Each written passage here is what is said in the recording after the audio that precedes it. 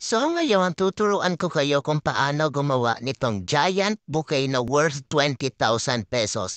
Step by step. So nag-DIY na lang kami ng isang buong plywood at ginawa namin ang paraan. Gamit itong mga Cinnamay Crunch, ginantakir na namin sa gilid at yan pinagpuputol ko na yung mga dulong part ng plastic ng money para ididikit na lang po namin dyan sa base ng plywood.